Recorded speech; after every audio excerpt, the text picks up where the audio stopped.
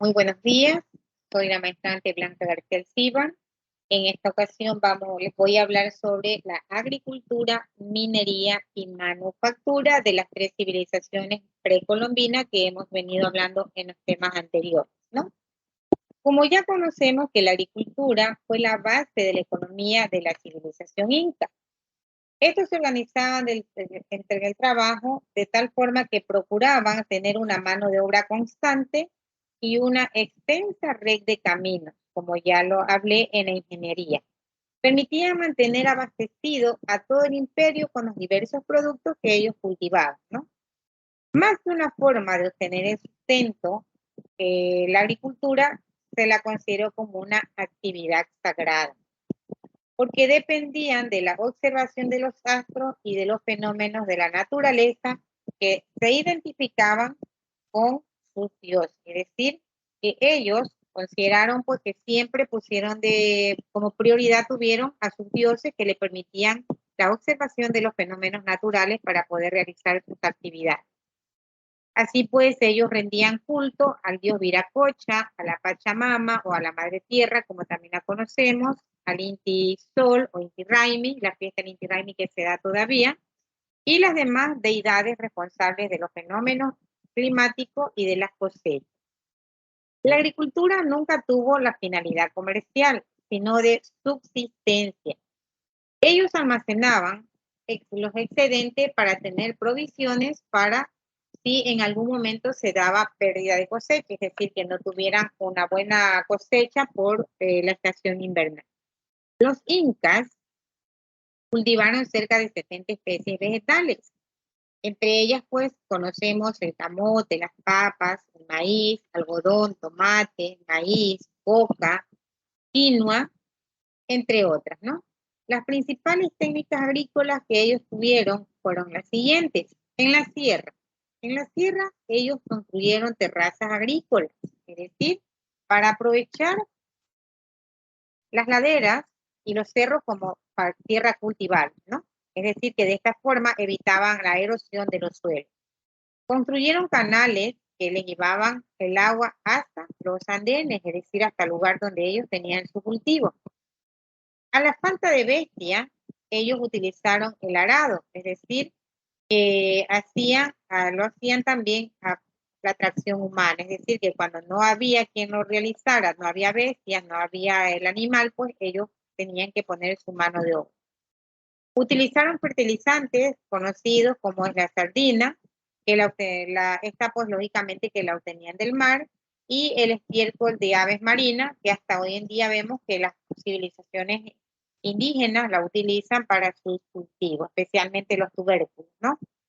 En cuanto a la metalurgia y a la orfebrería, estas culturas precolombinas conocieron el oro, pero que este oro era de propiedad de los dioses, no era un medio de intercambio comercial ni tuvo un valor monetario, ¿no?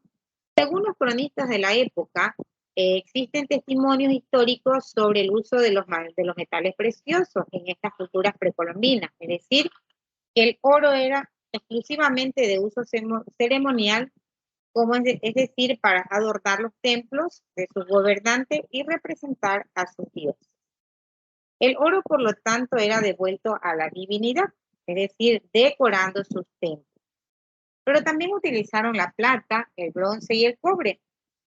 Tuvieron una técnica de fundición, de martillaje para dar forma y moldear los objetos complejos que ellos representan en cada una de sus actividades que realizaban.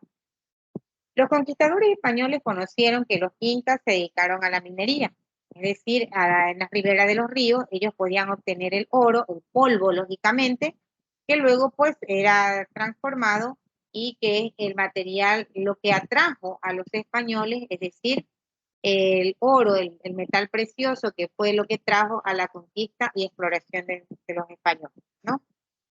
Dentro de los metales de mayor dureza también utilizaron lanzas como instrumentos, también tuvieron armas que elaboraron para poder realizar las diferentes actividades que ellos tenían como para su subsistencia.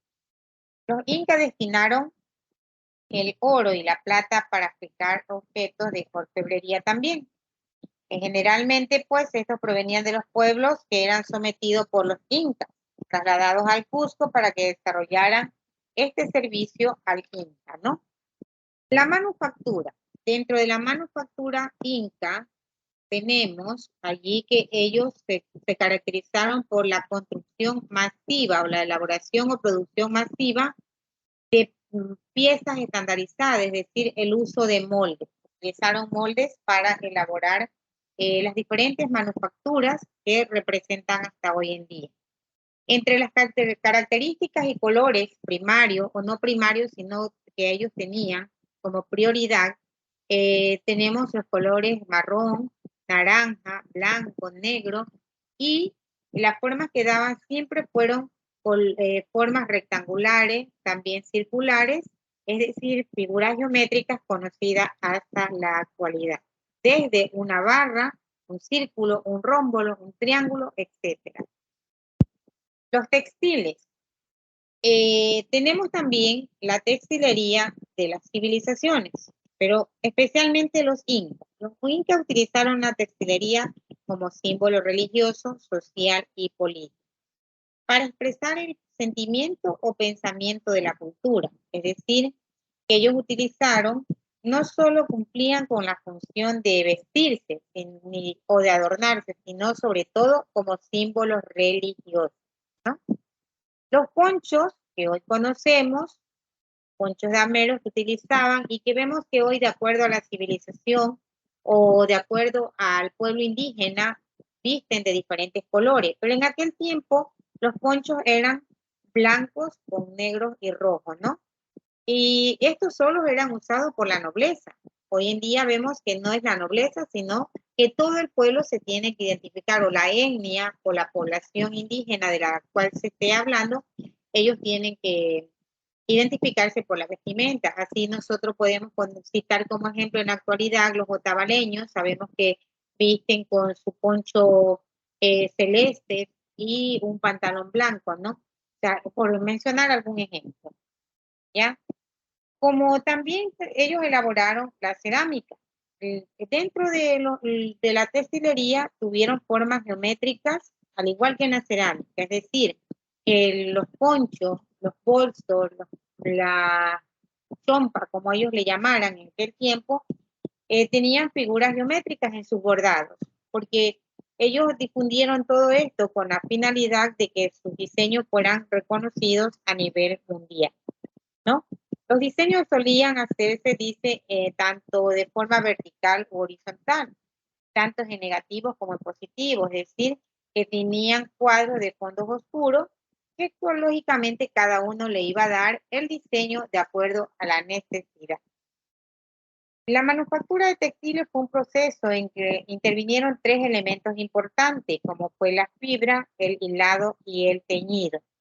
También se emplearon las pieles de camélidos para la elaboración de su vestimenta. Y nosotros vemos que el hilado, el teñido y el tejido también en la actualidad lo utilizamos. En el gran legado, en conclusión, que nos dejaron estas tres civilizaciones preincaicas, tanto en la parte de la manufactura, en la textilería, en la minería, en la agricultura, en la arquitectura, es decir, todo es un legado que nos dejaron estas tres civilizaciones y que, si bien es cierto, es aprovechada hoy en día. Muchísimas gracias por su atención.